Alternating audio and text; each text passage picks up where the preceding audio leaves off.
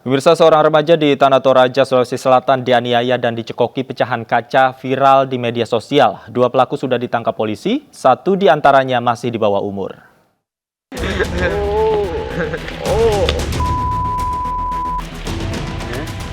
Pengeroyokan terhadap remaja berusia 17 tahun berinisial JZ terjadi di Lembang Leatung, Kecamatan Sangala Utara, Tanah Toraja. Korban dianiaya oleh dua pelaku berusia 19 tahun dan 15 tahun. Penganiayaan ini terbilang sadis karena selain dipukuli, korban juga dicekoki pecahan kaca hingga mulutnya terluka parah. Polisi yang mendapat laporan dari orang tua korban pun langsung bertindak. 4 terduga pelaku diamankan, 2 diantaranya ditetapkan sebagai tersangka. Berdasarkan pengakuan pelaku, motif penganiayaan ini adalah karena utang piutang. Korban meminjam sejumlah uang kepada pelaku.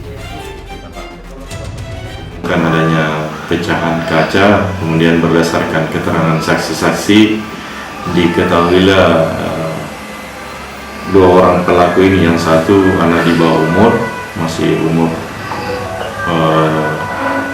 15 tahun, yang satu 19 tahun.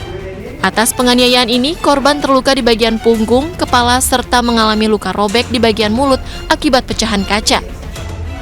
Sementara kedua pelaku dijerat dengan pasal 80 Undang-Undang Perlindungan Anak dengan ancaman hukuman 5 tahun penjara. Dari Tanah Toraja, Sulawesi Selatan, Jufri Tonapa, iNews melaporkan. Selengkapnya terkait penganiayaan remaja sudah bergabung bersama kami Kasat Reskrim Polres Tanah Toraja AKP S. Ahmad. Selamat sore, Pak Ahmad. Selamat sore. Baik, Pak Ahmad. Pertama kami ingin konfirmasi apakah betul penganiayaan tersebut dilakukan motifnya karena utang? Jadi berdasarkan keterangan pelaku tersangka, memang benar dan dikaitkan dengan keterangan korban juga, memang benar yang korban ini sempat bersama-sama dengan pelaku ke orang tua pelaku di Morowali, kemudian sempat meminjam uang kepada orang tua pelaku, kemudian kembali ke Toraja dan pelaku ini menagih, namun korbannya ini mengingkari. Kemudian kesal, pelaku mencari korban. Iya.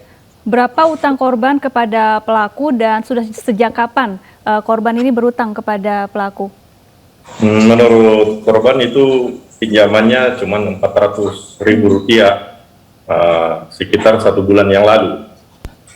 Oke, kondisi korban pasca dianiaya seperti apa, Pak, saat ini?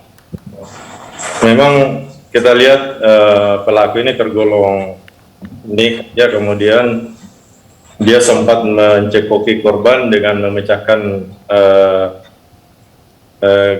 botol, kemudian mencekoki korban, memasukkan pecahan botol tersebut ke mulut korban. Nah, saat ini korban mengalami luka dalam akibat mungkin masih dalam observasi dokter karena tenggorokan korban masih sakit. Demikian, Mbak. Iya. Mas. Bagaimana awal mula korban dibawa dan disekap hingga kemudian dianiaya oleh para pelaku ini, Pak Ahmad? Jadi awalnya pelaku ini mendapat informasi bahwa korban berada di rumah keluarganya. Kemudian saya bersama temannya mengajak korban untuk ketemu. Kemudian dia membawa ke suatu tempat malam hari. Disitulah pelaku ini melakukan aksinya dan mencekok korban dengan memasukkan pecahan kaca ke mulut korban. Demikian, Pak. Pak Ahmad, ini videonya kan sempat viral. Siapa yang memvideokan penganiayaan ini, Pak? Jadi setelah kita melakukan pengungkapan berdasarkan keterangan dari yang awal mula yang sempat melakukan pemukulan, jadi yang salah satu rekannya itu sempat merekam kegiatan dari pelaku utama ini yang memasukkan botol pecahan kaca ke dalam mulut korban. Itulah salah satu rekannya yang merekam perbuatan pelaku. Ya, Pak Ahmad, penganiayaan ini terbilang sadis, di mana korban dicekoki oleh pecahan kaca begitu ya. Bagaimana profil pelaku dan apakah pada saat kejadian pelaku ini berada dalam pengaruh minuman keras? Memang dari hasil keterangan memang sempat pelaku ini sebelum melakukan aksinya terlebih dahulu mereka mengkonsumsi minuman, kemudian bersama-sama rekannya mencari korban. Pak, salah satu pelaku masih berusia di bawah umur, Pak. Betul begitu, Pak? Benar, Mas. Jadi yang salah satu pelaku itu masih berumur 15 tahun. Kalau yang pelaku utama yang mencekoki pecahan kaca masih di mulut korban itu sudah dewasa. Oke, dari mana pelaku dan korban ini saling mengenal, Pak, sebelumnya?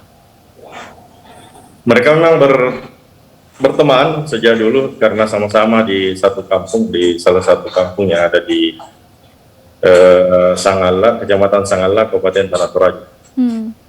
Apakah selain masalah utang piutang antara pelaku dan korban ini juga kerap memiliki konflik lainnya begitu, Pak? Berdasarkan keterangan untuk sementara masih sebatas pinjaman itu karena jengkel sering korban ini menghilang pada saat dicari oleh pelaku, menghindari tagihan daripada utang tersebut. Baik, terima kasih AKP S. Ahmad telah bergabung bersama kami di iNews Sore.